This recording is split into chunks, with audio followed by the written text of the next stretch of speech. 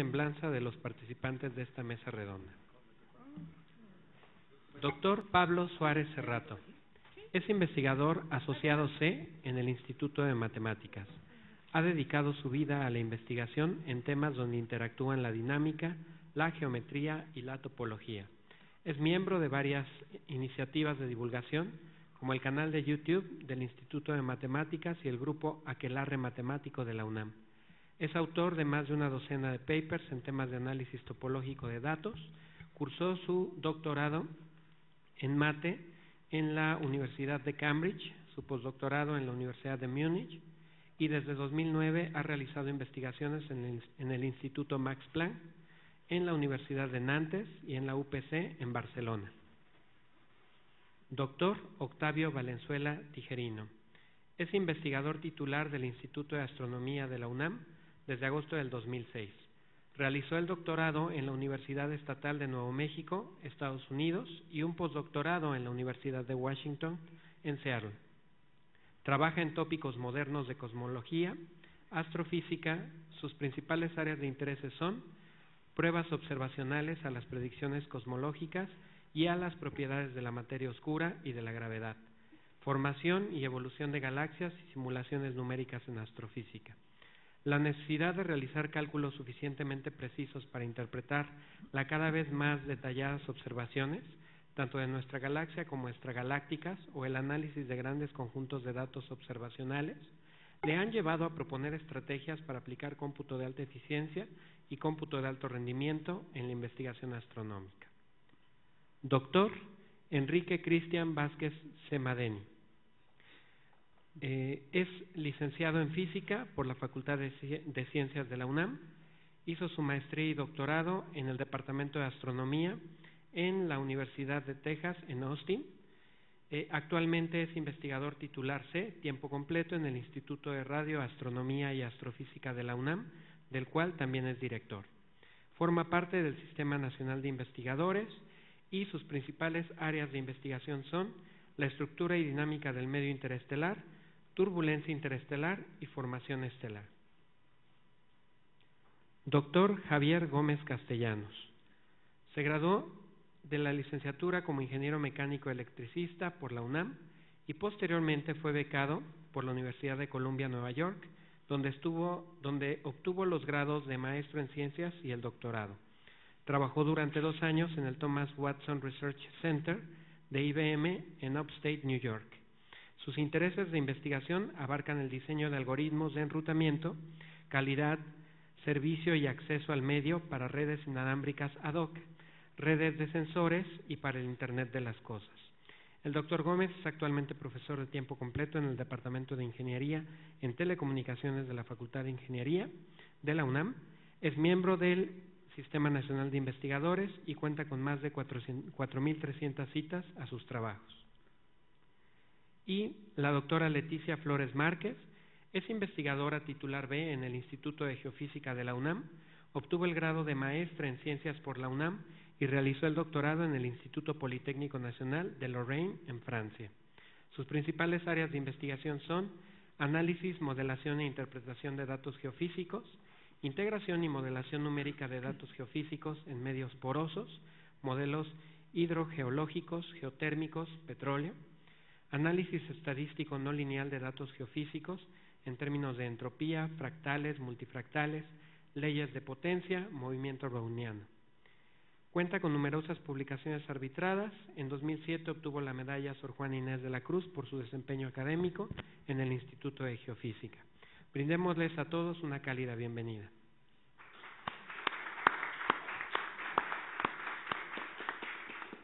Para moderar esta mesa recibamos al doctor Boris Escalante Ramírez. Bien, muchas gracias a todos por la visita. Yo quisiera empezar esta mesa primero que nada recordando la idea de que estamos celebrando el 60 años del cómputo aquí en la UNAM y en México, y este es un momento para hacer una reflexión, como lo dije en la mañana, de cómo es que la computación ha permeado en todas nuestras áreas de trabajo, de investigación y particularmente en la parte de posgrado, y al mismo tiempo hacer una reflexión de cómo podemos nosotros promover aún más que la computación permee todavía en las áreas de conocimiento y permita el crecimiento de las distintas áreas disciplinarias en las que la computación colabora. Entonces quisiera yo comenzar con algo que les había solicitado aquí a los miembros de la mesa, que alrededor de estas ideas cada quien haga una ponencia de 5 o 7 minutos inicial, y a partir de ahí ya podemos empezar una discusión. Entonces, si están de acuerdo, comenzamos. A mí se me ocurre comenzar con el orden que lo tengo aquí escrito, ¿sí? El doctor Pablo Suárez Cerrato, del Instituto de Matemáticas. Pues es para mí un honor estar aquí en representación del posgrado de matemáticas. Bueno, la coordinadora podrá saber que soy investigador titular, entonces sí puedo ser tutor. Pero, bueno, les quiero contar primero rápidamente que en los últimos 4 o 5 años he estado proponiendo diferentes cursos en el posgrado de matemáticas que involucran programación y cómputo a diferentes niveles. Y muchos de estos han sido impartidos por primera y a veces única vez. Por ejemplo, hicimos uno que fue como de Arduino y geometría, y entonces se hicieron como todas las modelaciones de mecánica y que involucran geometría simpléctica y geometría de Poisson, y se implementaron cosas para usar sistemas embebidos usando Arduinos. La segunda iteración de este curso fue Arma to Drone, en donde hicimos lo mismo, pero controlando pues todos los servos y los diferentes tipos de aparatos que van dentro de un dron, incluidos también sensores de altitud, de vuelo, y también se trató de programar un controlador de vuelo, y eso se hizo exitosamente en modelos. Y pues como no tenemos un laboratorio en el Instituto de Matemáticas, hicieron unos experimentos ahí, pero era un poquito, pues digamos que hasta de complicado a peligroso, porque pues tenían luego que andar evadiendo drones que andaban volando ahí no muy bien, ¿no? Pero lo disfrutaron mucho, ciertamente, y yo creo que aprendieron muchísimo. Otro de los cursos ha sido diseño e impresión 3D, que fue para utilizar una impresora que conseguí con un proyecto de Papit, para hacer diseños de superficies mínimas en Maya usando Python, y con eso hicimos una galería de superficies mínimas que tenemos en el Instituto de Matemáticas. Y eso fue también como parte de la transdisciplina, digamos. Ya el primero se pueden imaginar que pues habrá relaciones con gente que hace sistemas embebidos y con ingeniería eléctrica. Y en de hecho estábamos diseñando un proyecto de colaboración con una empresa de arquitectura y de diseño industrial, y propusimos un proyecto de Fronteras de las Ciencias que fue para diseñar una impresora de cerámica para uso ya en construcción. Desafortunadamente no nos los dieron, pero todavía tenemos esa colaboración con esta empresa de arquitectura, y estamos todavía desarrollando un plugin para hacer diseños de teselaciones para poder imprimir lo que serían frisos, y así diseñados. Entonces tenemos ya el software, funciona, y aquí la parte de matemáticas es, digamos, relativamente básica, como geometría analítica del primer año de la carrera, y la parte de programación pues involucra poder describir todo esto adecuadamente en Python, y luego pues ya la implementación, que funcione bien en Maya, que es un programa de diseño de nivel profesional, y ya luego eso que también funcione bien ya cuando se extruye todo esto, o sea, cuando se imprime en la impresora 3D.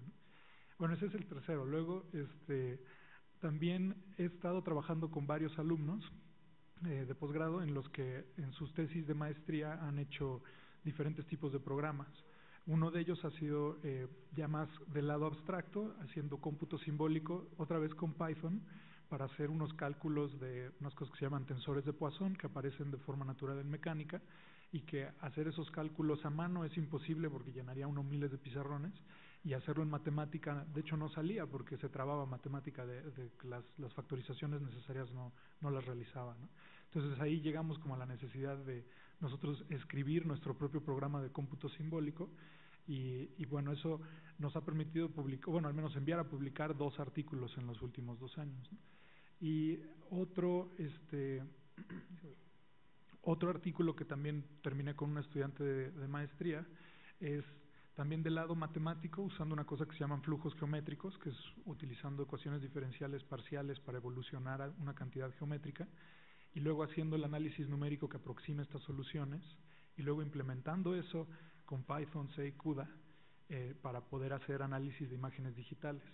Y eso lo corrimos en una tarjetita de mi alumno que se llama Jetson, que es una NVIDIA, y entonces digo, es como a nivel prototipo, porque esto es pues, investigación, no es como para desarrollo industrial todavía, ¿no? Pero eso nos ha llevado a colaborar con un profesor de UCLA de ingeniería eléctrica que estaba interesado en utilizar esto para desarrollar programas de inteligencia artificial sin supervisión, y pues mi alumno ya se fue a trabajar con este profesor y pues tenemos citas semanales. Y bueno, eso, como ven, son así las transdisciplinas, como que empiezan a ser más por ingeniería.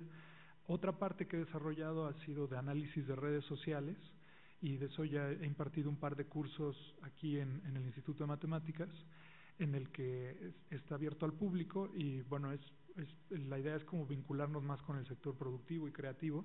Ha venido gente de marketing, periodistas, gente de diferentes dependencias gubernamentales, porque les interesan los temas de análisis de redes ya aplicados, y esto también nos ha llevado a escribir unos tres artículos estudiando diferentes temas con gente de ciencias políticas, de ciencias de la computación, de ciencias de datos, y sobre todo de otras universidades y de otros países. Entonces, por eso yo tenía mucho interés en venir aquí y comentarles todo esto que he estado haciendo yo con mi grupo de trabajo, de investigación, y con mis estudiantes de posgrado, en parte como para pues que se enteren que sí existe esto del lado de matemáticas, y que pues también estamos interesados en podernos relacionar más con los diferentes actores y personas en la universidad que les interesa esto, ¿no?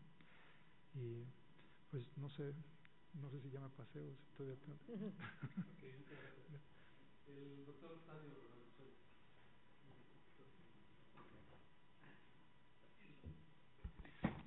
Muchas gracias, ¿no?, por la invitación. Yo vengo del posgrado en astrofísica, estoy ubicado aquí en la sede de Ciudad Universitaria. La astrofísica en general lo que quiere es entender cómo funciona el universo entero, desde pequeños elementos hasta el universo de su forma global, de qué está compuesto. Sorprendentemente hay varios de esas preguntas y muchos pasos intermedios de los cuales no sabemos la respuesta. Muchas veces resolver ese tipo de incógnitas implica medir señales sorprendentemente débiles en una gran cantidad de ruido, para lo cual espero haber tenido éxito en las presentaciones de la mañana. Se tienen que desarrollar instrumentos y telescopios muy sensibles. Por lo general son colaboraciones internacionales por lo costosos que son. También hay algunos de estos telescopios en nuestro país, en nichos específicos en los cuales nuestra comunidad es bastante competitiva. Entonces se vuelve también crítico de esa información sacarle lo más posible, ¿no? De hecho, tradicionalmente nuestra comunidad ha sido bastante exitosa pudiendo aportar algunos bloques para resolver algunos de estos problemas. Por poner un ejemplo, recientemente en la detección de ondas gravitacionales hubo gente de nuestra universidad que fue coautor de estos resultados. Sin embargo, en este trayecto, capturando todos estos datos, almacenándolos, preservando la información, procesándolos, transfiriéndolos, construyendo los modelos igualmente exquisitos para poder aprovechar toda esta inversión que en grandes grupos se realiza para averiguar cómo funciona el universo, por qué las partículas tienen masa, existen otros partículas, otros campos. Uno podría pensar esto está totalmente desconectado, parece ciencia ficción, ¿no? Sin embargo, hay patentes incluso asociadas con los detectores de ondas gravitacionales, que tienen aplicaciones prácticas. Mucha del inicio de la imagen médica salió también de imágenes que se han hecho para astronomía y se sigue avanzando. Ahora estamos tomando prestado, ¿no?, de la gente de cómputo, ¿no? Por ejemplo, lo que es cómo desarrollar algoritmos suficientemente eficientes para interpretar todos estos surveys de estrellas, de galaxias, de gas, para poder buscar. Les mencionaba algunos de los surveys en la mañana. Algunos van a generar catálogos finales de cientos de petabytes, algunos de algunos petabytes. En algunos participamos. En algunos participamos no porque se pague, sino porque hay cierto expertise con el cual uno puede intercambiar, ¿no? Y entonces ahí es donde surge todo, cada vez más para la formación de un astrofísico, el tener fuertes bases o desarrollar herramientas de cómputo, ahora de inteligencia artificial, para poder analizar toda esta información, se vuelve estratégico, ¿no? Realmente en algún momento tenemos que revisar nuestro programa de posgrado para poder darle esas competencias a nuestros egresados para que ellos puedan competir e incrustarse en estas investigaciones, no porque estén de moda, sino porque son problemas fundamentales que todo el mundo quisiera poder resolver, y ya ha ocurrido, ¿no?, que se ha participado de manera exitosa en ese tipo de proyectos. Entonces, cuando yo regresé a México, había tenido la suerte de participar en algunos grupos, ¿no?, que desarrollaban este tipo de herramientas. Lo primero que vino a mi mente es, bueno, ¿cómo puedo tener acceso remotamente? Ojalá podamos construir infraestructura aquí también, o aprovechar lo más posible la que hay en México. Más temprano que tarde llegué a la conclusión de que, además de esta infraestructura física, la infraestructura humana es estratégica. Y ahí se conecta con esto del posgrado. Viendo las presentaciones de los demás colegas durante la mañana, vemos que hay problemas en común y que es cuestión de establecer una estrategia coordinada para poder complementarnos entre todos lo más posible. Bueno, eso es todo. Gracias. Muchas gracias. El doctor Enrique Cristian Vázquez, del Instituto de Radioastronomía y Astrofísica. Muchas gracias. Bueno, pues ante todo, muchas gracias por la invitación y una disculpa por no haber podido estar en la mañana. Tuvimos una reunión de emergencia, bueno, no de emergencia, pero sí de improviso con el señor rector, pero muchas gracias a Octavio por ser el vocero mío y creo que de otras personas, pero bueno, muchas gracias. Pues, en efecto, yo también soy astrónomo, enfocado más al área de la radioastronomía. Bueno, mi instituto es el de radioastronomía y astrofísica, pero en donde se cultivan principalmente observaciones en radio, aunque ahora estamos tratando de diversificar el instituto y de en general ser un instituto multifrecuencias, ¿no?, en donde se combinen observaciones en rayos X, en radio, en infrarrojo, en todas las frecuencias, ¿no? Y además tenemos una parte teórica muy importante. Ahorita está centrada la comunidad teórica del instituto en el problema de la formación de las estrellas, es decir, a lo largo de mi carrera me he ido dando cuenta que es un problema similar al de la formación de las galaxias, pero a escala pequeñita, ¿eh? Como tal vez pudieron oportunidad de observar en las cosas que les presentó Octavio. Y este tipo de investigación, por supuesto, requiere de cómputo de muy alto calibre.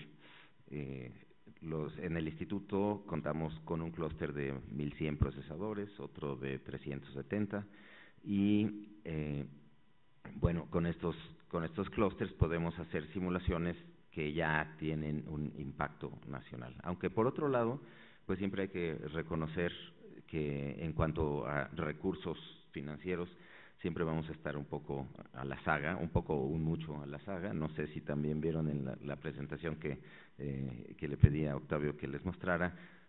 Mostraba que, bueno, MISTLI tiene, en lo que yo me quedé, tenía algo así como 5000 y feria procesadores, ¿no? Y la máquina SuperMUC del centro Leibniz en Alemania tiene algo así como 300,000 núcleos, ¿no?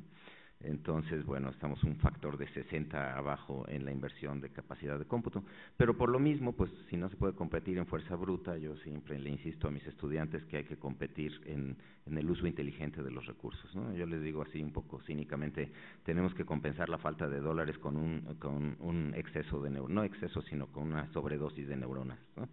Entonces, yo creo que eso también es muy importante. Tenemos que saber cómo dentro de nuestra realidad podemos competir en un mercado en el que si nos ponemos a competir en la fuerza bruta, pues llevamos los de perder, ¿no? Digamos, por lo menos nuestro grupo de investigación siempre se ha enfocado a utilizar el cómputo como el principio de un trabajo teórico que conlleva una componente analítica fuerte, en la cual la única limitación pues es la imaginación y la neurona de cada instituto, ¿no?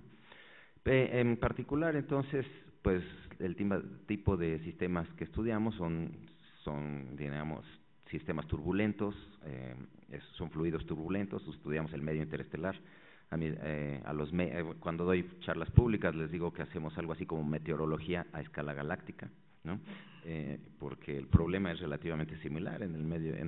La galaxia hay nubes, se forman nubes y esas nubes forman pequeñas condensaciones como gotitas que son las estrellas y sus sistemas solares alrededor, ¿no? Entonces, el problema es muy similar al problema meteorológico, computacionalmente hablando, pero es más complicado porque nuestro sistema físico incorpora una termodinámica muy fuerte. Hay enormes rangos de temperatura, de densidad, la autogravedad es importante, entonces es, digamos, turbulencia magnetohidrodinámica y con enfriamiento y calentamiento muy grandes. Entonces, lo que usamos son códigos numéricos que todos son, digamos, desarrollados por grupos de especialistas en el mundo. En nuestro medio debe de haber una decena de códigos numéricos para resolver este tipo de sistemas de ecuaciones diferenciales.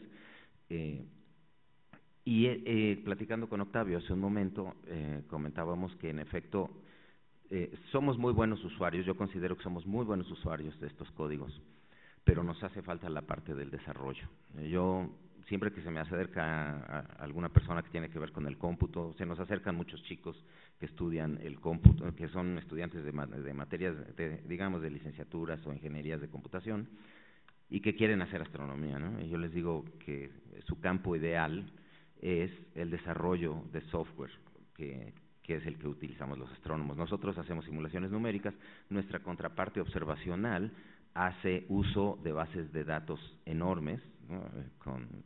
Que, por ejemplo, los grandes sistemas los grandes observatorios como los interferómetros en radio, etcétera, generan muchos terabytes por día o por hora, ¿no? Y nuestros observadores, el primer problema que tienen es traer esos datos desde donde se generan hasta nuestro propio instituto donde se analizan. Hemos empezado a analizar las posibilidades que ofrece la nube, si ya muchos investigadores pues ya no necesiten traer físicamente los datos a nuestros equipos, sino hacer toda la investigación in situ. Justamente hace unos pocos días tenía yo discusión con mi consejo interno y con el jefe de cómputo acerca de cómo utilizar esas opciones, ¿no? Tienes, por supuesto, sus ventajas y sus desventajas. Las ventajas son que uno no tiene que tener ahí las grandes máquinas, ¿no? Las desventajas son que uno compite en un ambiente que no está diseñado para astrónomos, ¿no? Está diseñado para las grandes comunidades, y los astrónomos somos una comunidad muy pequeña. Entonces, los estándares que a ellos les sirven no necesariamente son los estándares que a nosotros como astrónomos nos sirven, ¿no? Entonces, yo creo que es muy importante que la comunidad de usuarios astronómica desarrolle una interacción muy fuerte con la gente que tiene acceso a todas estas facilidades de cómputo, facilidades, no se dice así en español, ¿no? Facilities, a todas estas instalaciones de cómputo de muy alto calibre, para ver cuáles son las opciones, o bien para que en el país, en la universidad, tengamos sistemas equivalentes o por lo menos suficientes a los niveles, hasta qué punto se pueden utilizar y, digamos, acondicionar los recursos existentes en el mundo, ¿no? A mí siempre me pone algo de nervios que mis simulaciones o las observaciones estuvieran en Google. No sé si porque ya estoy viejito o porque hemos tenido malas experiencias, ¿no? ¿Qué garantía tengo sobre la integridad de mis datos? ¿Qué garantía tengo sobre mi acceso? ¿Qué garantía tengo sobre que digamos, su uso, etcétera, ¿no? Todos esos problemas yo creo que son problemas que nuestra comunidad tiene que discutir, y una comunidad así híbrida, ¿no? En donde participen usuarios, los expertos, etcétera, ¿no?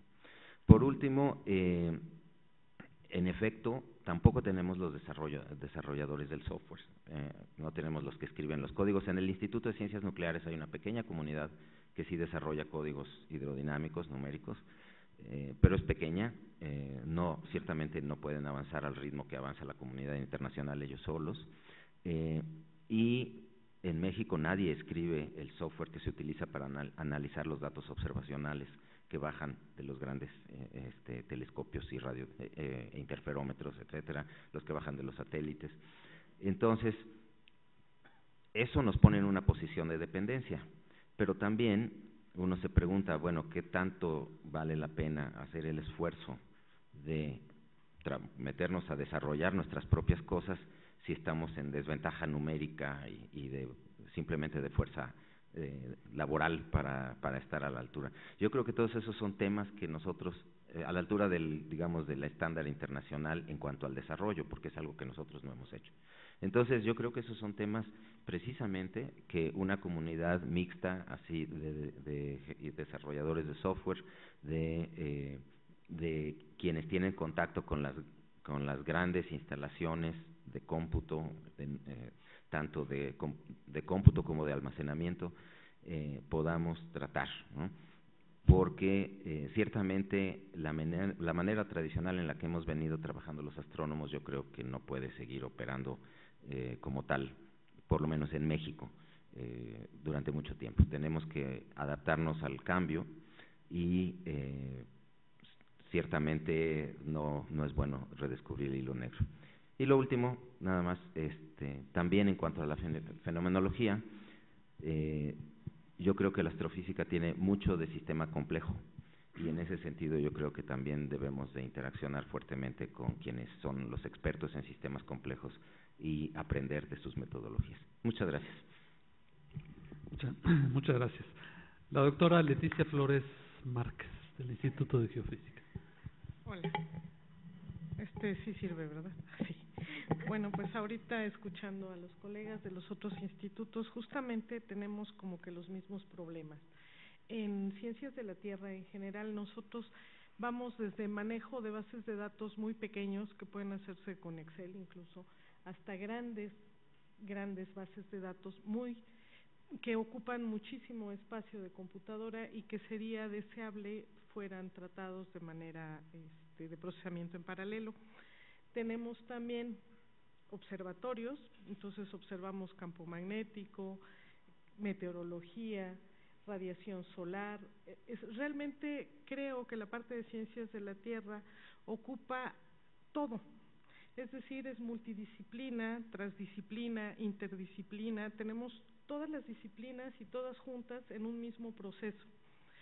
Entonces, tenemos la necesidad del desarrollo de software, que como bien dijeron, no se desarrolla en México.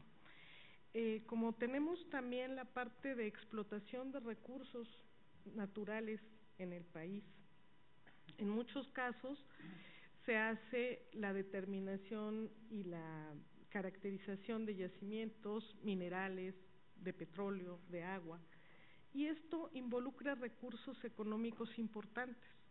Eso hace que las transnacionales tengan desarrollado software especializado que venden como software y que son muy caros, tremendamente caros, sobre todo en el ámbito petrolero. Competir contra los monstruos a nivel de investigación, en nuestro caso, es muy complicado. Involucrar a los alumnos en el desarrollo de software cuando ellos pueden ser contratados para procesar datos en un X paquete como Petrel, por ejemplo, es uno de los más comerciales y de los más caros que involucra al sistema petrolero, pues ellos sienten como que no van a invertir 6 años de su vida para nada, porque después los van a contratar para procesar datos en un paquete comercial que ya está comprado, que desarrolla una empresa o bien en Estados Unidos o en Holanda o en Francia, en alguno de estos países. Pero realmente creo que los chicos, sobre todo los de posgrado, tienen la capacidad para hacerlo en el área de Ciencias de la Tierra, se involucran bien, pero lo sienten como poco ventajoso desde el punto de vista del tiempo que voy a invertir y luego quién me va a contratar. En nuestro ámbito, en el ámbito de ciencias de la Tierra, sí hay una diferencia entre el hacer investigación por el amor a la investigación, como el resto de los institutos, y el voy a ir a trabajar a una empresa privada. O sea, creo que es el menor porcentaje. En el área de geología, pues creo que parece igual, ¿no? Más o menos. Hay muchos que buscan un empleo más que el hacer investigación por hacer investigación. Y en eso quedamos en desventaja. El desarrollar software, tenemos como que las herramientas, pero el porcentaje de investigadores que se dedica a la parte de matemáticas aplicadas y diseño de software para fines de tratamiento de datos geofísicos o de ciencias de la Tierra es minoritario. Podría decirse que yo creo que somos entre el 5 y el 10% de las personas que nos dedicamos a todo lo que involucra hacer investigación en matemáticas y desarrollo de software. El resto hace el uso de los paquetes comerciales y entonces sí quedamos en desventaja porque hay muchos procesos físicos que no están contemplados dentro de los software comerciales y que no se pueden procesar de esa manera. Entonces, para nosotros sí sería como muy deseable poder establecer una red transdisciplinaria en todo lo que se refiere a matemáticas y desarrollo de software, porque utilizamos prácticamente todos, digamos, algunas partes de procesos similares. Y sin embargo, en el caso de ciencias de la Tierra, los paquetes comerciales tienen candado, o sea, es imposible conseguir un fuente de algún algoritmo importante, eso sí no se puede. Sin embargo, conseguir algunos fuentes de tipo comercial, que es imposible. Podemos también tener parte de lo que se publica de manera libre y hay que reprogramar. Y entonces, pues sí, sería muy deseable tener una red con la gente que se dedica solo a cómputo, solo a procesamiento o solo a software, que al final nos beneficiaría a todos, e incluir a muchos chicos de los que ahora tienen esta iniciativa de desarrollar software. Entonces, bueno, pues estamos más cerca de la Tierra, nosotros aquí nos quedamos, pero tenemos los procesos de océanos, de atmósfera, de tierra sólida y todos completos, involucrados en todos los procesos. Realmente es complejo desde todos los puntos de vista. Pues eso es lo que me gustaría decirles de Ciencias de la Tierra. Gracias. Gracias. Javier Gómez, del posgrado en computación. Quiero creer que en mi posgrado sí hacemos computación, eso espero. Veo de las pláticas de mis compañeros que todos intentan hacer cosas con lo que tienen a la mano. Se nos da mucho a los físicos, a los ingenieros, a la gente de ciencias que sí podemos, y pues programar es algo como que sí podemos hacerlo, y a veces a lo mejor debería de ser alguien más experto el que debería de hacer ciertas cosas que hacemos. Una anécdota, hace poco se va a crear algo que le llaman una OIP, una orientación interdisciplinaria de posgrado, entre posgrados del área 2, que son biología, biomédicas, neurobiología, y ellos de plano no le mascan nada a la parte de programación, y sí se acercaron y dicen, queremos hacer un posgrado compartido, donde nuestros alumnos de área 2 aprendan a programar, aprendan machine learning, aprendan cosas que puedan usar en área 2. Lo interesante es que esa iniciativa nació de área 2. Nosotros, Silvia y yo, nos enteramos al 12:15 de que éramos parte del proyecto, pero fue una necesidad real de área 2 de que quieren hacer cómputo y ellos sí no se la avientan ellos solitos a hacer un programa. No estoy diciendo que tengamos que hacer una OIP con posgrados de área 1, pero es un ejemplo de que la necesidad existe. Hay posgrados que la ven tan complicada que están con esta estructura de la OIP. Ojalá que funcione la OIP, tiene la maldición de las OIPs. ¿Por qué la maldición? Todavía no hay ninguna OIP que funcione. Esta OIP lleva 1 año, todavía no se aburre la gente que la empezó, todavía no cambian de directores. Entonces, ojalá que sea la primera OIP que arranque y ya en el camino veremos si funciona o no funciona, pero la idea es que los alumnos de Área 2 tomen materias curriculares de Área 2 y también de cómputo o de matemáticas, de acuerdo a sus perfiles, y sean el tipo de alumnos en Área 2 que se dedique a hacer estos programas para modelar moléculas o cosas de ese tipo. Entonces, esa fue un poco la solución que le dieron en Área 2 de posgrados de la UNAM. Yo creo que en el caso de Área 1, algo que se me ocurre que podemos hacer son muchas cosas. La primera es, tenemos 6 talleres de cada una de las áreas del conocimiento del posgrado: cómputo científico, inteligencia artificial, redes, imágenes, teoría de la computación y software. Y se me ocurre que a lo mejor una vez al año, una vez al año les damos un día a los alumnos de nuevo ingreso, donde en ese día se presentan los tutores de esa área en particular. Se me ocurre que a lo mejor una vez dentro de ese ciclo de talleres podríamos abrir el taller transdisciplina de Área 1 y que en ese taller se presentaran tutores de astronomía, de materiales, de nucleares, a presentar temas de tesis, ¿no? Miren, tengo esta galaxia, tiene estas variables y necesito generar este programa, y en una de esas conseguimos al alumno y la cotutoría es automática, ponemos un tutor de computación, un tutor de su instituto y adelante. Entonces, a lo mejor algo que podríamos rescatar es especie de convivio que tuvimos hoy, a lo mejor una vez al año darlo para alumnos de nuevo ingreso del posgrado en computación, a ver si a alguno de ellos le interesa, ¿no? Y la ventaja es que habría un cotutor del posgrado que se supone que es el experto en áreas de inteligencia artificial o procesamiento de imágenes o graficación, que a lo mejor pudiera ser interesante. La oferta de las cotutorías es totalmente, no es de palabras para afuera, realmente es muy bienvenido en computación hacer cotutorías en tesis. Cuando vemos que el cotutor no es de nuestro posgrado, es aceptación automática. Más bien cuando son 2 tutores del mismo posgrado, cuando nos ponemos un poco rejegos, eso es una historia que ustedes no tienen por qué conocer. Pero cotutorías con gente de fuera son bienvenidas. El único problema es enamorar a un estudiante, pero se me ocurre que en este taller transdisciplina yo vi cosas bien interesantes, muy llamativas, y en una de esas conseguimos al alumno, le buscamos un cotutor de nuestro mismo posgrado y adelante, ¿no? El compromiso pues es que se gradúe a tiempo y no hay ningún problema. Más allá de las OIPs, que ya es un como matrimonio muy a largo plazo, también se puede participar como entidad participante en el posgrado en computación. Es como una especie de noviazgo, es más fácil salirse. Ahí se requiere tener 2 tutores en el posgrado. Es bueno tener presencia en el posgrado en computación, aunque sea 2 tutores. ¿Por qué?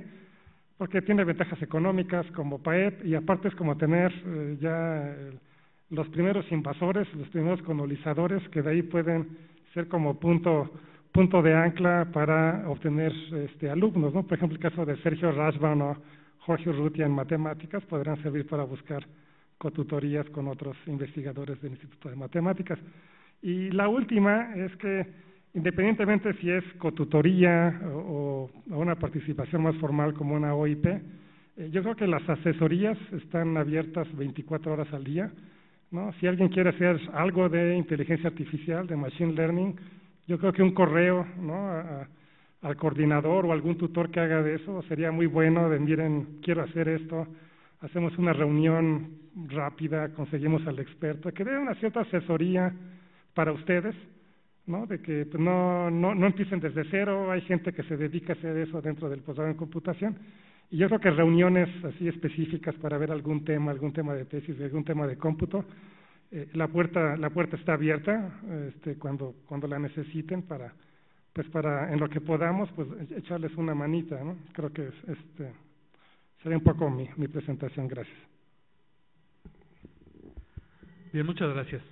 Bueno, yo quisiera hacer un planteamiento y me da gusto que en esta mesa casi todos los que están presentes no son computólogos de nacimiento, excepto quizás Javier y yo, que estamos más metidos en el área de computación. Y se los digo por lo siguiente, porque pues aquí desde hace 60 años en que la computación llegó a la UNAM, ha habido una historia en donde el cómputo ha tenido un avance, pero no un avance tan planeado. Y por ejemplificar lo que estoy diciendo, desde que llegó aquí la computación a la UNAM, había un departamento de cálculo electrónico, después se convirtió en un centro de cálculo electrónico. En 1970 apareció el primer antecedente del IMAS, el CIMAS, ¿no?, que era un centro de investigación en matemáticas aplicadas y sistemas y servicios, es decir, estaba junto a la parte académica con la parte de servicios. En 1973 se separa y se crea el CIMAS con una sola S. ¿Por qué? Porque la parte de servicios se la pasaron a otro centro, que es el Centro de Servicios de Cómputo. Entonces tenemos la parte académica y la parte de servicios. Posteriormente, después, en 1976, ya se formaliza el IMAS como un instituto de matemáticas, esencialmente de investigación, de cómputo académico, mientras que la parte de servicios se va al PUC, Programa Universitario de Cómputo, lo tengo por aquí en 1981, ¿sí? El PUC después se convierte en DGESCA, en la Dirección General de Servicios de Cómputo Académico, en el 85, y es curioso porque en esa época DGESCA se dividió en dos partes, la parte que era académica y la parte que era administrativa. Creo que la académica le llamaban DGESquita, ¿sí? Y que finalmente acabó desapareciendo DGESquita. En fin, y ese es el estado más o menos actual. Como ven, ha sido un desarrollo no planeado, ha sido un desarrollo que ha ido cambiando a una dirección, a otra dirección, y mucho tiempo creíamos que los que hacíamos computación, que obviamente no están todos en el IMAS, sino están distribuidos en muchas entidades, estábamos concentrados en el posgrado. Entonces yo siempre dije que el posgrado en Ciencia General de la Computación era la entidad en donde nos concentramos la gente que hacíamos computación. Pero realmente, a raíz de los últimos años y de este tipo de eventos que hemos organizado, nos hemos dado cuenta de que en realidad no es cierto. Hay, por ejemplo, el área de cómputo científico. En el posgrado en computación siempre la consideramos, yo me incluyo cuando era coordinador, como una área un poco deprimida, ¿sí? Porque teníamos como 3, 4 tutores. Y realmente con estos eventos nos hemos dado cuenta que la parte de cómputo científica es quizás la más desarrollada en la UNAM, pero simplemente está dispersa, no los vemos en donde pensábamos que los íbamos a ver, y resulta que en muchas áreas quizás el cómputo está más desarrollado que entre la comunidad de los que pensamos que hacemos computación. Entonces, la pregunta que les quiero hacer es, primero, ¿cómo consideran que este desarrollo no planeado de la computación en la UNAM ha influido en sus propias áreas? Yo a lo mejor lo estoy platicando como si fuera algo que lamentar, pero siento que no, siempre he pensado que es lo contrario, que ha sido un área de oportunidad, que el cómputo, que la computación se haya desarrollado tanto en otras áreas. Entonces, bueno, la primera pregunta sería, esta historia de la computación en los últimos 60 años, o bueno, menos, pensemos del 70 para acá, ¿sienten ustedes que de alguna forma ha beneficiado al desarrollo de cómputo en sus propias áreas? Y segundo, ¿cuáles serían las estrategias si en este momento nosotros tuviéramos en nuestras manos la política del desarrollo de la computación? ¿Cuáles serían las estrategias que ustedes podrían pensar que son adecuadas para pues que la computación ya no tenga estos tumbos de un lado para el otro y pueda realmente permear y trascender mucho más en las áreas de conocimiento de cada uno de ustedes? ¿Sí? No sé quién quiera tomar la palabra. Cristian. No, no sé si porque a lo mejor soy el más antiguo de esta mesa, pero en efecto sí yo ya he visto, ¿no?, cómo se ha ido transformando todo el uso del cómputo en la disciplina de la astronomía. Por supuesto, yo creo que muchos de nosotros compartimos las historias así para nuestros estudiantes que están acostumbrados a que todo tienen en el teléfono, de cuando 80 megas eran discos de este tamaño, ¿no? Entonces, ciertamente la astronomía va de la mano del cómputo. Eso es algo que, no sé, probablemente lo haya mencionado Octavio, pero en nuestro instituto y seguramente en el Instituto de Astronomía también, cuando se cae el UPS, ¿no?, y se apagan los sistemas, pues, todo el mundo se sale al pasillo porque no hay nada que hacer, ¿no? Entonces, ciertamente la astronomía pasó de ser una ciencia, pues, de lápiz y papel, a una ciencia que sin la computación no puede funcionar. Y la astronomía entonces ha evolucionado de la mano con la computación.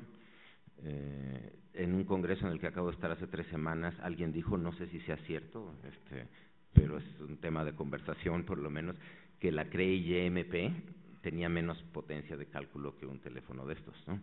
Entonces, es impresionante que un chavito de secundaria o prepa trae en sus manos lo que hace 30 años era la frontera del cómputo, ¿no? Y eso ha revolucionado a la astronomía, igual que se ha revolucionado el cómputo mismo. Hoy, alguna vez comenté con un colega, es que esto no lo podríamos haber hecho hace 40 años, ¿no?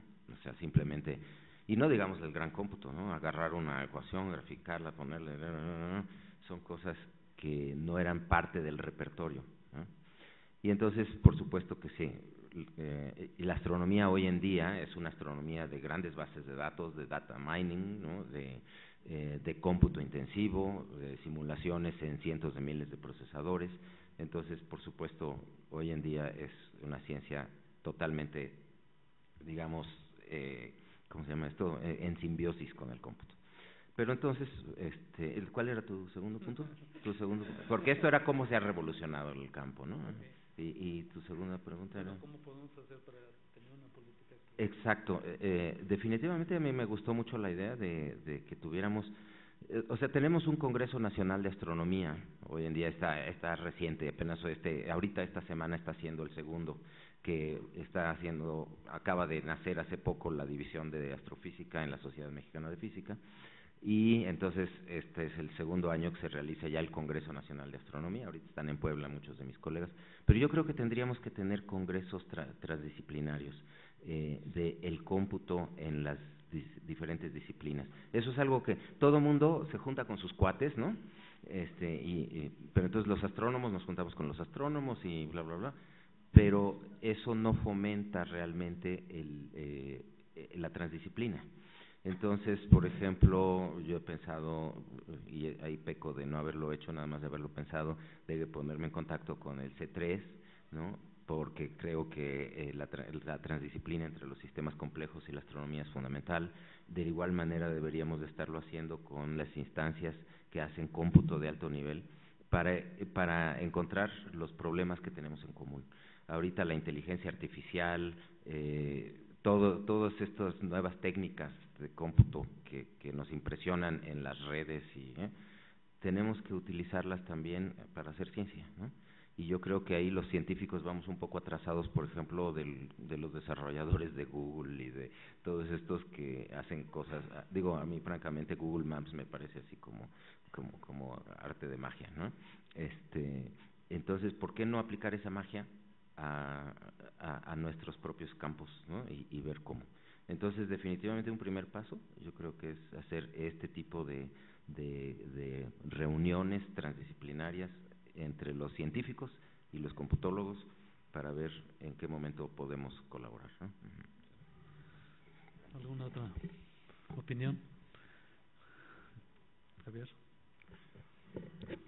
Yo creo que no nada más es en el cómputo, pero en muchas áreas del conocimiento de la UNAM ha sucedido lo mismo. Un ejemplo, procesamiento digital de señales. Tengo tutores de ingeniería, del Instituto de Ingeniería, tengo del IMAS, tengo del ICAT, Y son personas que en muchos casos hacen cosas muy parecidas, pero están en entidades diferentes. Habrá quien diga que eso es diversidad y está bien, pero son tutores que no, como están físicamente en entidades diferentes, no conviven, colaboran sí, pero no tanto que si estuvieran en el mismo piso.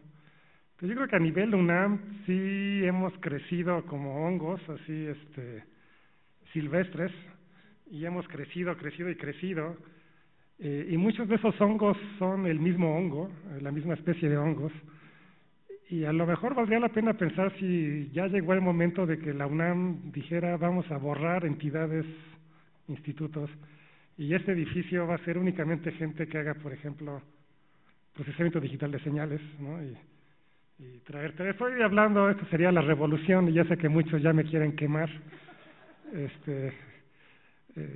sí soy combustible, yo creo que sí ardería, pero algo así pasó en cómputo. Tenemos en cómputo, estamos revueltos, distribuidos en todos lados, y el problema es que eso afecta la colaboración, ¿no? La distancia sí afecta, y no lo sé, yo creo que un momento en que nos volvieran a juntar, ahora sí que por el color de la playera, ¿no? Ustedes van acá, a lo mejor llegaría un momento en que eso podría ser algo que pudiera concentrar esfuerzos de una mejor manera, pero es un comentario radical y explosivo. Gracias.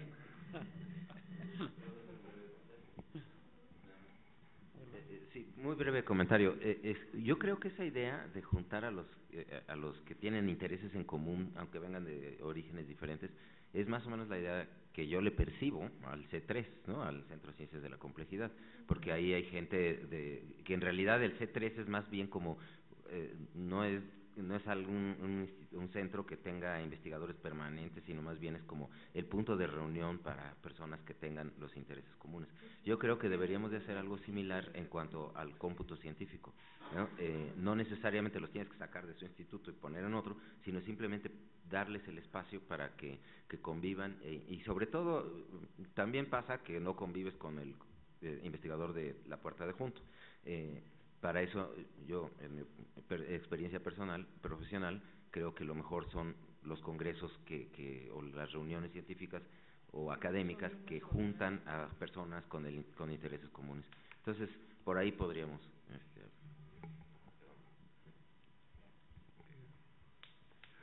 Bueno, pues primero un poco de lo de la historia y de que hace cuánto que habían cambios en las materias, y luego, de hecho, continúo con esos comentarios que creo que son muy positivos. Yo creo que en matemáticas puras y aplicadas, o sea, más que en los últimos 30 años, en los últimos tal vez de 3 a 5 años, se ha visto un crecimiento muy importante, sobre todo con GitHub y con repositorios abiertos, donde hay código libre que la gente puede utilizar y reutilizar, y eso ha hecho pues un ambiente muy fecundo de colaboraciones internacionales. Y o sea, hoy en día es muy fácil cargar un módulo que ya tiene implementados los últimos algoritmos que están como con el mejor desempeño, y utilizarlos y crear algo más encima de eso. Yo, por ejemplo, utilizo muchísimo Python, y pues yo creo que eso es algo que también se le podría inculcar a los alumnos de licenciatura, que usaran más, porque o sea, en mi vida también me voy a defender. Yo creo que soy tal vez el más joven de la mesa, pero he aprendido a programar pues desde hace mucho, y he pasado por, no sé, Basic, PHP, DOS, C, C++, varias cosas, pero nunca soy matemático y no computólogo, ¿no? Entonces, tal vez en otra vida seré computólogo, pero yo creo que hoy en día estos lenguajes de script, eso es mucho más fácil comunicarse con otras cosas más intensivas, como con CUDA o con cosas ya más de desempeño, con Fortran. Ya se puede jalar funciones desde Python para utilizar todo esto, ¿no? Y eso pues le da mucha más flexibilidad, y hace también que los alumnos pues, más jóvenes sean más capaces de entrarle más rápido. Entonces eso, como para jalar más gente y que le entre y que pueda trabajar en estos proyectos, creo que es una buena idea. Y pues a ellos mismos, o sea, creo que este evento es fabuloso, pero todos podemos ver que estaría aún mejor si estuviera llena la sala, ¿no? Entonces, como que hacer que más gente se enterara de todos estos eventos, y que fuera algo tal vez recurrente, como en un seminario semestral, o algún taller anual, algo por el estilo. Puede ser bien en el C3, ahí hace poco hubo una reunión de inteligencia artificial y sus aplicaciones, yo fui como asistente, y bueno, primero tuvieron un taller de redes neuronales profundas y después hubo una conferencia súper interesante con gente de industria y de diferentes áreas, y yo estoy seguro que están súper abiertos a que se haga algo así. Obviamente puede ser en cualquier otro lugar, o sea, en el Instituto de Matemáticas también tenemos un bonito auditorio, yo creo que aquí también lo voy a hacer. Entonces es donde ahora sí que la comunidad decida. Y bueno, pues creo que... bueno, y nada más para decir que no había dicho antes que también el curso que estoy dando este semestre es de aprendizaje geométrico profundo y es justo de redes neuronales profundas, y lo estamos haciendo todo desde cero, o sea, tienen que aprender a programar todos los algoritmos y todo, porque creo que esas herramientas hacen que un científico y un matemático sea órdenes de magnitud más poderoso, y para la sociedad en general mucho más útil si es que no se van a dedicar a una carrera científica. Entonces, yo sí también nada más quería dejar mi granito de sal, decir que creo que el que se deje de programar sí es pues problemático, y que yo más bien estoy yendo en la otra dirección, o sea, yo no tendría por qué programar, yo podría muy felizmente dedicarme a escribir teoremas de matemáticas puras y no estar aquí, ¿no? Pero que esté aquí porque creo que es algo importante y porque creo que es algo que pues puede ser muy benéfico para todos, que nos relacionemos más unos entre los otros, ¿no? Gracias, Octavio. Un poco continuando con esta idea de la transdisciplina, yo creo que algo que podría ayudar a consolidar, vemos que todos coincidimos en la opinión de que tenemos necesidades en común, podemos complementarnos. Enrique mencionaba lo de el Congreso de Astronomía. Yo creo que sería importante tener un evento, no sé si anual, semestral, donde la gente expusiera un poco una extensión de lo que tuvimos hoy en la mañana, que hubiera, invitar más a los estudiantes también, para que vieran toda la oferta y todas las cosas en común que hay. Por experiencia, yo tuve una experiencia en el grupo de cosmología, hay un instituto virtual que se llama Instituto Avanzado de Cosmología. En las primeras reuniones, hace como cerca de 10 años, prácticamente la gente hablaba lenguajes distintos, no se sabía muy bien, eran gravitólogos, gente de partículas, astrofísicos. Después de las primeras reuniones y de empezar a participar en proyectos en específico, las colaboraciones fueron consolidándose. Yo creo que igual si hacemos que de manera periódica haya eventos de este estilo, eventualmente va a aprender esto, y va a haber, cuando empiece a haber casos de éxito, donde yo haga un proyecto y él me asesore o vea que mis ecuaciones son similares a las de los geofísicos y surja una tesis, un artículo, de manera exitosa se entre a una colaboración, yo creo que esto va a fluir todavía más rápido. Y también en nuestras disciplinas, yo intenté el año pasado en el Congreso Nacional hacer una sesión de supercómputo en astrofísica. Todo el mundo estuvo interesado, se llenó, pero como que todo el mundo no sabía exactamente qué esperar. Habría que hacer el esfuerzo de que mantuviéramos eso, invitar a mucha de la gente que está aquí y viceversa, ¿no? Ir a algunos de los congresos de cómputo y exponer, ¿no?, nuestras necesidades, y yo creo que eso haría que se consolide más. Ya se señalaron estas coincidencias, entonces ya nada más que los canales sean más ágiles, y yo creo que cuando haya productos concretos, pues yo creo que vamos a avanzar más rápido. ¿Alguna otra opinión? ¿No? A ver, yo quisiera dar la oportunidad a nuestro público de presentar sus opiniones. Jorge. A ver, miren, esta reunión se supone que lo central es cómputo, ¿de acuerdo? Sí. Y lo que estoy oyendo acá es que básicamente todo el mundo le está pidiendo a cómputo que hagamos esto y el otro. Pero, ¿por qué no? Déjenme hacer la siguiente pregunta. ¿Qué es lo que ustedes están dispuestos a hacer por cómputo? ¿Están dispuestos a dar cursos en los que les enseñen a los estudiantes lo que les hace falta? ¿O quieren que nosotros lo hagamos todo? Nosotros somos, ¿qué? No, sí, porque como está en Estados Unidos, no preguntes qué puede hacer tu país por ti, sino qué puedes tú hacer por tu país. ¿Sí? O sea, ¿qué pueden ustedes hacer por cómputo? Okay. La pregunta va dirigida a quién. O sea, ¿quiénes son nosotros y quiénes son ustedes?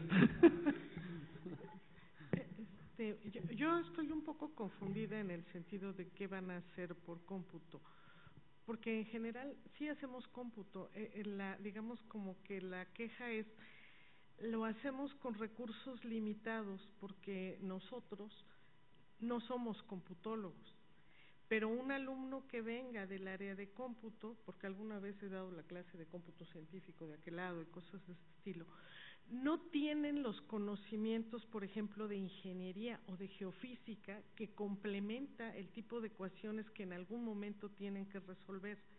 No es programar sin pensar. La parte de las neuronas de aquel lado me encantó. Aparte del problema de que necesitamos los recursos y el supercómputo y las computadoras, necesitamos las neuronas antes del proceso, y si no tienen el conocimiento previo, tampoco pueden hacerlo.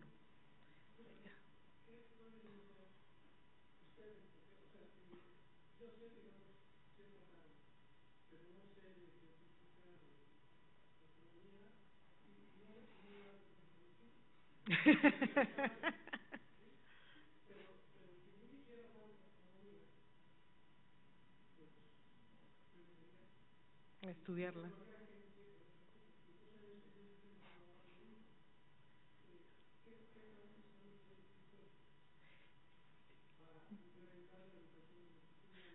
Yo creo, en mi caso, por ejemplo, los demás yo creo que también, pero tenemos toda la disposición de completarla, de hacer una transdisciplina. Lo que pasa es que cada caso es específico.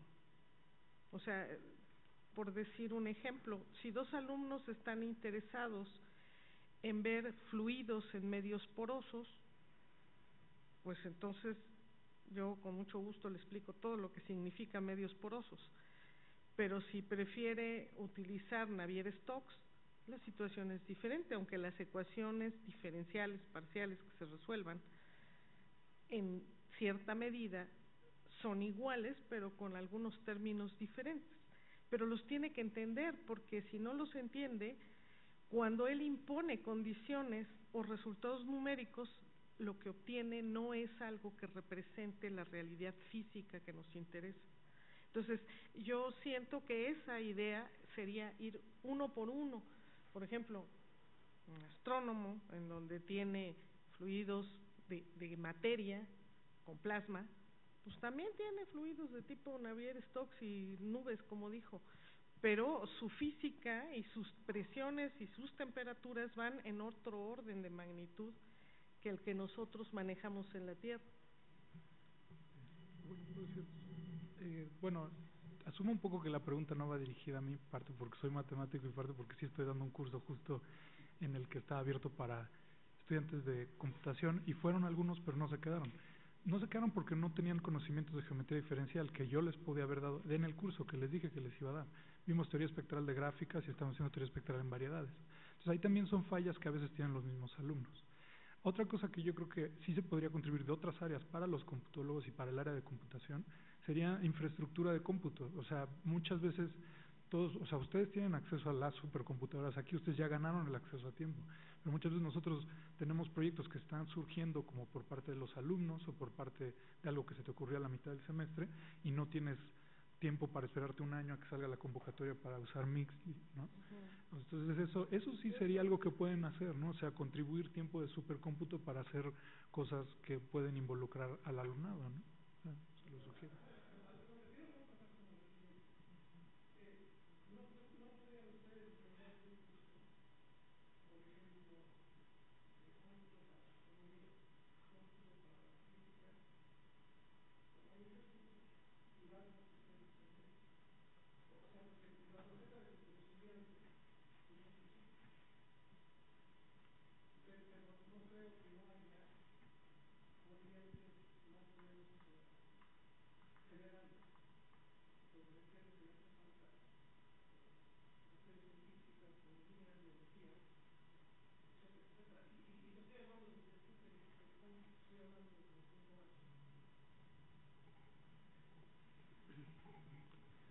Sí, es interesante. a mí sí como que me preocupa un poco la idea de ustedes y nosotros. Yo creo que somos nada más nosotros, todos los que estamos aquí, ¿no? Porque sí, en realidad es cierto, cada disciplina ha trabajado el cómputo a su necesidad y medida, pero yo, digamos, el problema que identifico es que cada quien se pone a redescubrir el hilo negro por su cuenta. Entonces, yo siento que, por ejemplo, la preocupación de, bueno, qué cursos vamos a dar y bla, bla, bla, precisamente tiene que salir de sentarnos todos a identificar qué necesitamos, ¿no? Yo creo que esta reunión es un excelente primer paso en esa dirección, porque y curioso, porque les digo, justamente hace 1 o 2 semanas estaba yo hablando con algunos de los investigadores en mi instituto, y estábamos diciendo, bueno, ¿cómo vamos? Pues con mi consejo interno, de hecho, estábamos hablando de, bueno, ¿cómo vamos a modernizarnos, ¿no? Porque ciertamente pues tenemos nuestro patroncito y funciona y bueno, ¿no? Pero ¿cómo vamos a modernizarnos? Y para eso la polinización es la receta probada, ¿no? Es decir, la interacción con los pares. Si fuese necesario impartir cursos de cómputo en la astronomía, bueno, nosotros tenemos un curso optativo en el posgrado que se llama, que es métodos numéricos, ¿no? Y lo imparten pues nuestros expertos en métodos numéricos. Y por supuesto, claro, cuando se imparte en Morelia, pues es más difícil que vayan los estudiantes de CEU a tomarlo allá, pero por supuesto que cualquier estudiante se puede, supongo, inscribir a ese curso. Pero si lo que realmente queremos es modernizar la utilización del cómputo en la universidad, en nuestras diversas instituciones, lo primero que tenemos que saber es qué necesidades hay y qué herramientas hay, y nos tenemos que hablar entre todos. Y yo creo que entonces, por ejemplo, si empezamos a tener una serie de reuniones anuales o incluso bianuales, porque luego hay demasiadas reuniones a las que ir, ¿no? Pero, por ejemplo, una serie de reuniones en donde el objetivo específico sea juntar a los computólogos con los científicos y con los usuarios en general, podremos ir identificando áreas de oportunidad. Yo no estoy seguro que en este momento las tenemos identificadas. Tenemos más o menos el panorama amplio de que, sí, yo sé que en ciertos aspectos estamos redescubriendo el hilo negro y no vale la pena desperdiciar nuestro tiempo y los recursos en redescubrir el hilo negro, ¿no? Entonces, yo sí diría, según se vayan identificando las necesidades, podremos ir viendo qué hace falta, qué cursos hay que dar, qué colaboraciones hay que generar, ¿no? Entonces, podemos crear un centro análogo al C3 que fuera el centro de cómputo científico de la universidad, y entonces ahí se empiezan a dar los cursos que hagan falta. Pero justamente yo creo que este es un primer paso para ir identificando necesidades y oportunidades, ¿no? A ver, aquí había una pregunta aquí, ¿no? Ya se contestó. Ok. Ahí atrás, por favor.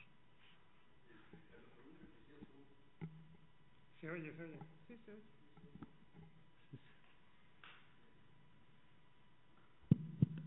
A la pregunta que hacías tú de cuáles han sido las consecuencias de este desorden en el desarrollo del cómputo. Yo, en mi experiencia, es que al menos en materiales lo que ha sucedido es que se genera poco código y que lo que sucede es que los usuarios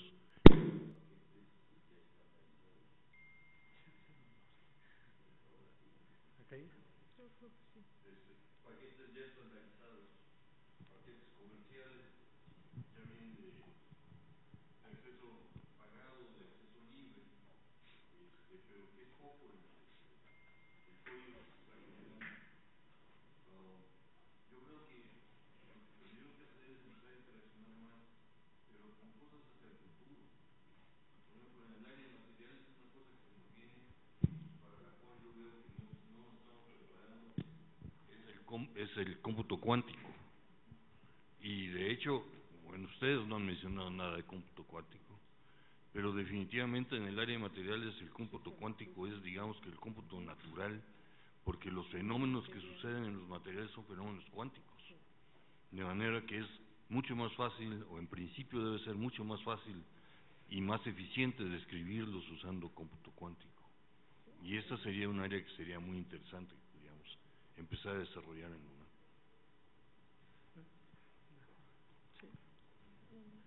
Aquí había otra pregunta y después la doctora Silvia y después el doctor Benítez.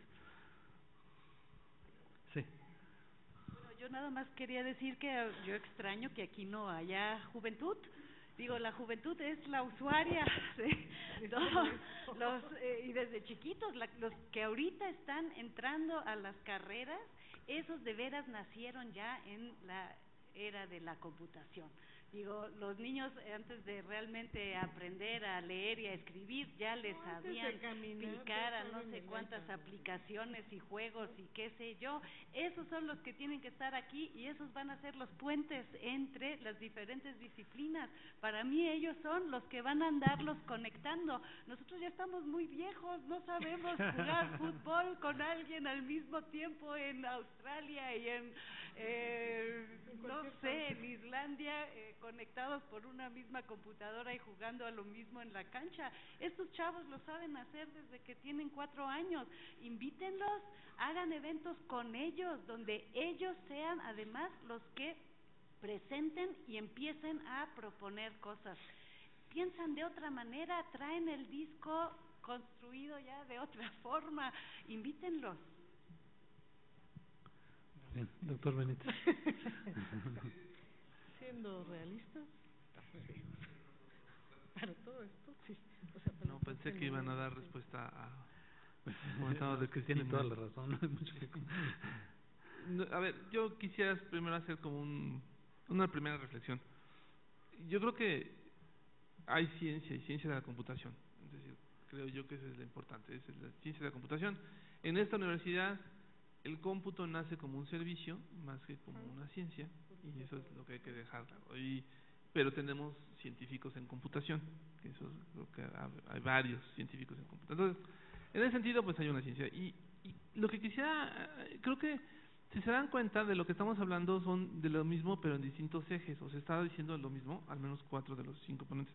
Están hablando de lo mismo, pero en distintos ejes, en ejes de cómo poder colaborar, cómo poder dialogar, cómo poder construir distintas formas de operación, cómo compartir materias. Yo creo que en ese sentido hay algunas propuestas que están sobre la mesa, que todavía hay que madurarlas más, que es cómo construir esta suerte de andamiaje de planeación para corto, mediano y largo plazo. Y es ahí donde se debe de construir este tipo de soluciones que viene diciendo Enrique que debemos de hacer, y que lo señaló ahorita, nos puso el punto clave Cristina. Ese es el evento que tenemos menos participación, mucho menos participación, pero en casi todos la mayor parte de la gente que va son jóvenes en términos de cómputo. Gustosamente eso es lo que pasa, es decir, sí hay muchos chicos que están interesados desde la perspectiva desde la perspectiva de una ciencia o la perspectiva de que me interesa estudiar geología, geofísica y quiero utilizar la computadora o astronomía, pero lo quiero utilizar a través de alguna manera en ese sentido. Yo lo que me gustaría, la reflexión es este andamiaje que podemos ir construyendo, que tenemos el primer paso del CEBICOM y que podemos ir viendo hacia adelante. Yo me gustaría conocer esta disposición a construir.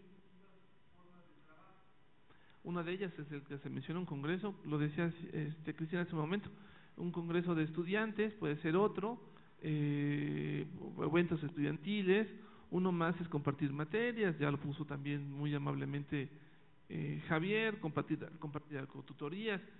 ¿Qué más? Es decir, en ese sentido, cómo ir construyendo pues esas buenas intenciones, ¿no? Y que no dure un año, sino que dure 10, 15 años, y creo que lo más importante, creo que todos estamos de acuerdo, sin generar más burocracia, sin tener que contratar a muchísima gente para hacer algo que realmente podemos hacer. No sé cómo lo ven, gracias.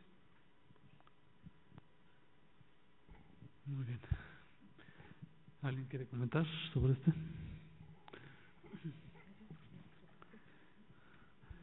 este tema?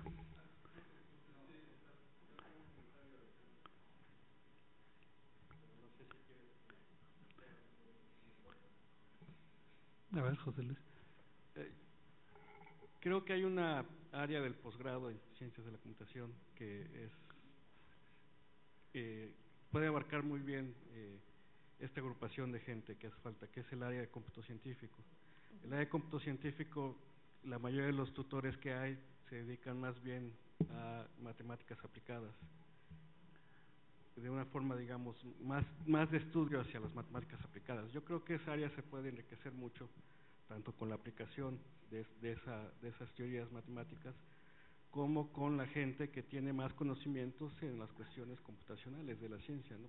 Me refiero particularmente a cómputo de alto rendimiento. Creo que no hay un solo tutor en esa área que se dedique a cuestiones de cómputo paralelo, por ejemplo, ¿no? Y a supercómputo tampoco. Creo que si empezamos a buscar gente que empiece a poblar esa área de posgrado, naturalmente se va a empezar a relacionar con muchas otras áreas de otros posgrados, y de ahí pueden surgir muchas colaboraciones y estudiantes que se dediquen a esta cosa del cómputo científico, ¿no? Bien, a ver, yo quisiera comentar un poco con respecto a lo que dijo Héctor. A ver, yo veo entre todo lo que se expuso aquí que hay un gran interés en todo lo que es ciencia de datos, de Big Data, la parte del desarrollo de algoritmos, la parte de Machine Learning, la parte de software, pero va software, no en cualquier cosa, software realmente dirigida a ese tipo de aplicaciones de Big Data y y creo que una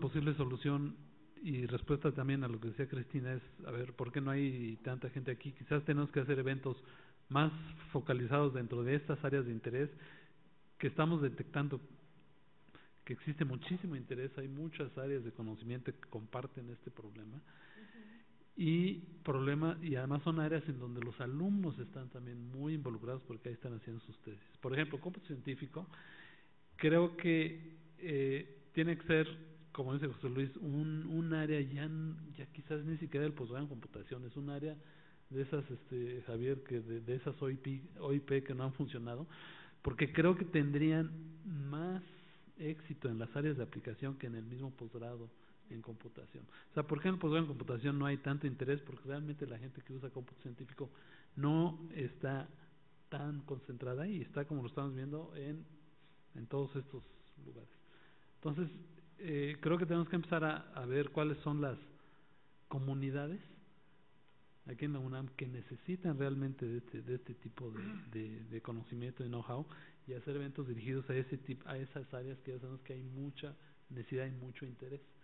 ¿Sí? Yo veo como científico en las aplicaciones es una, todo lo que es Machine Learning, todo lo que es ciencia de datos, Big Data, son áreas que yo creo que si organizamos específicamente en esto y involucramos a los jóvenes, a los alumnos, porque realmente y ellos van a venir porque les conviene, son sus asignaturas, son sus tesis, son sus trabajos, creo que podremos empezar ahí a cosechar cosas más concretas, ¿no?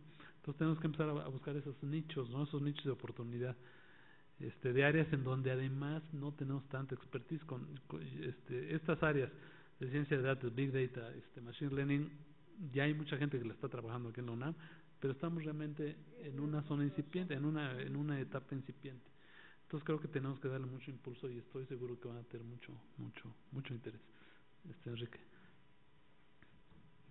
Sí, al respecto un comentario breve. Esto que dijiste de que hay áreas en las que no tenemos mucha experiencia, yo creo que es bien cierto y se me había olvidado comentarlo hace un ratito. De hecho, varias veces hemos comentado entre, digamos, los simuladores numéricos de nuestro instituto, perdón, que necesitamos formar estudiantes en el desarrollo de estos códigos, ¿no? Y claro, eso es ya no como director, sino como miembro de mi grupo de investigación.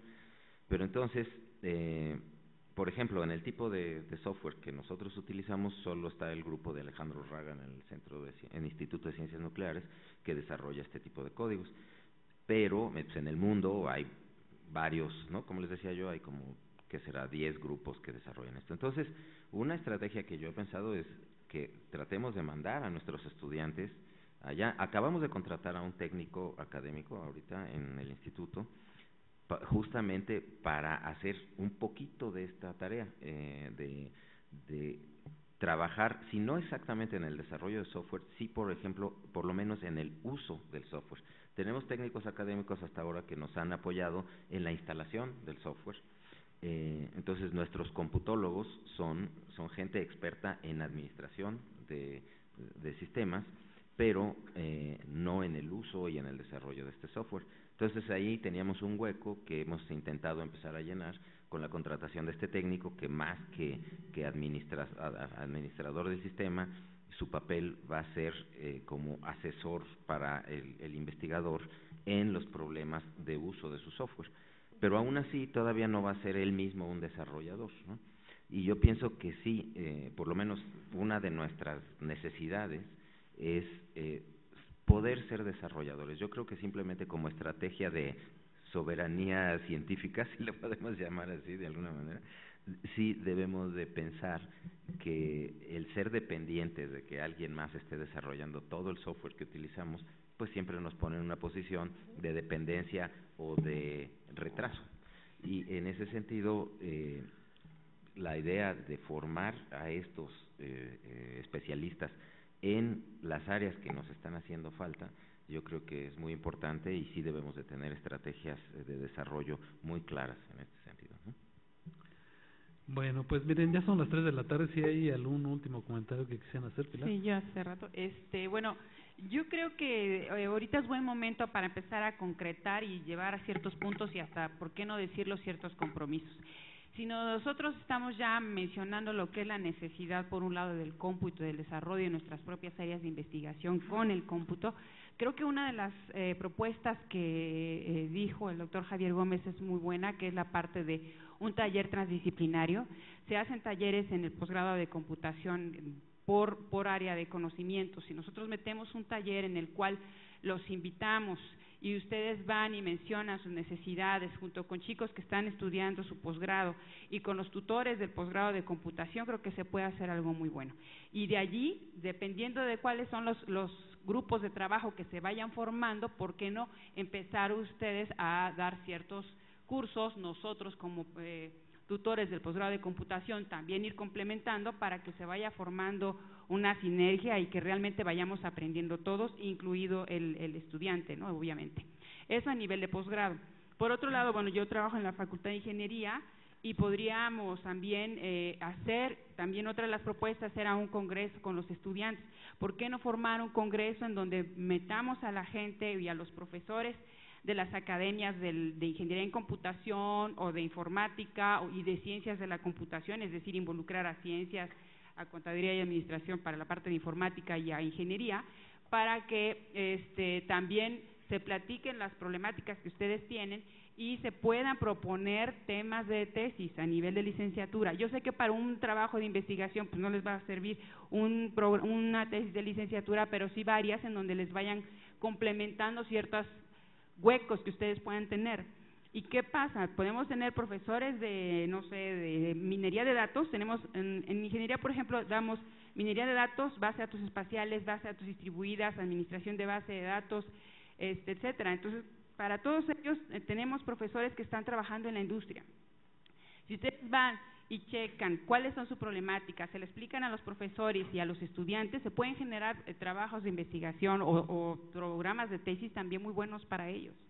Entonces creo que también podríamos ver esa parte de formar un congreso donde se involucren los profesores de las diferentes carreras de computación junto con las diferentes disciplinas y los estudiantes, ¿no? Sería todo. Muy bien. ¿Algún otro comentario? ¿Sí? Bueno, pues no quiero entretenerlos en su hora de comida. Les agradezco a todos su participación en la mesa y por supuesto a los asistentes que vinieron hasta este lejano lugar. y bueno, pues vamos a tomar en cuenta todo lo que discutimos aquí a lo largo de la mañana para tomar acciones como las que comentamos. Muchas gracias a todos.